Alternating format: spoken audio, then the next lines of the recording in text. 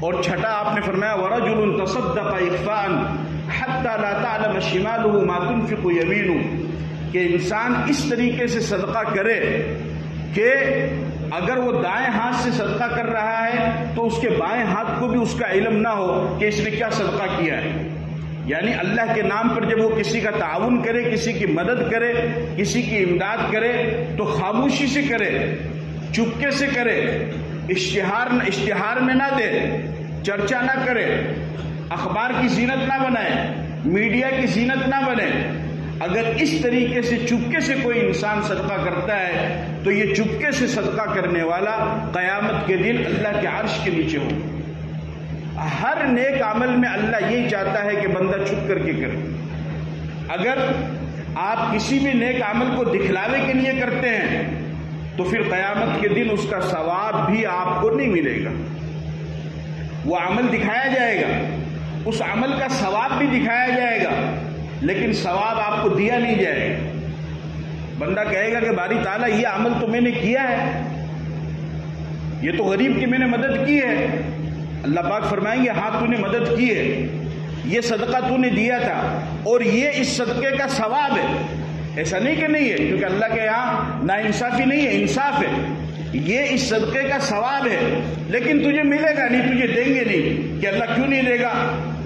کہ تو نے بھی تو دکھاوے کے لیے کیا تھا، جب تو نے وہاں دکھاوے کے لیے کیا تو ہم نے بھی تجھے دکھا دیا، تو اگر میرے لیے کرتا تو یہ ثواب ہم تجھے دے دیتے، لیکن تو نے وہاں دکھاوے کے لیے کیا تو ہم نے یہاں تجھے دکھا دیا، تو نے وہاں دکھایا، تو اب ثواب کا کوئی مطلب نہیں ہے۔ لہذا جو بھی نیک عمل کرو صرف اور صرف اللہ کی رضا کے لیے کرو، دکھاوے کے لیے، ناموری یا شہرت کے لیے نہ کرو۔ شہرت کے لیے جو بھی عمل کیا جائے گا وہ عمل اللہ کی نظر میں مقبول نہیں ہوگا بلکہ مردود ہوگا، اور اللہ کی نظر میں وہ قابل قبول بھی نہیں ہوگا۔ اس لیے شریعت نے مسلمان کو دو طرح کا حکم دیا ہے، اس کو سمجھ لیجئے، اس میں بہت کمی چل رہی ہے۔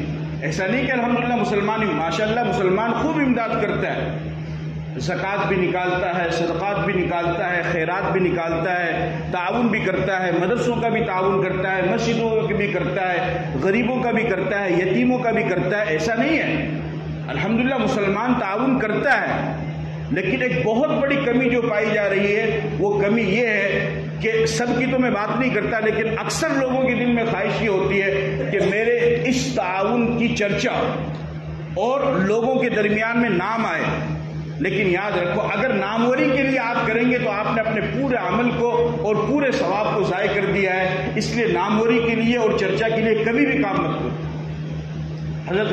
حضرت امام زین العابدین رضی اللہ تعالی عنہ جب ان کا انتقال ہوا تو ان کے انتقال کے بعد ان کے تقریباً 100 گھروں میں سے رونے کی آواز آئی، 100 گھروں میں سے۔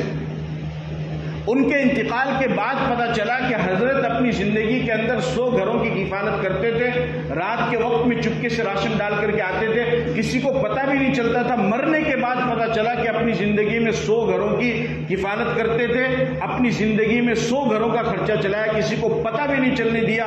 یہ اخلاص ہے اور یہی اللہ چاہتا ہے۔ تو غریب کی امداد بھی کرنی ہے اور ساتھ میں غریب کی عزت بھی کرنی ہے۔ اگر وہ غریب ہے تو اس کا یہ مطلب نہیں کہ وہ بے عزت ہو گیا، وہ ذلیل ہو گیا اور آپ بھی اس کو ذلیل کرتے پھرے، نہیں، ایسا ہرگز نہ کرو۔ اگر آپ کو ذلیل کر کے کسی کی مدد کرنی ہے تو آپ مدد نہ کرو، وہ بہتر ہے۔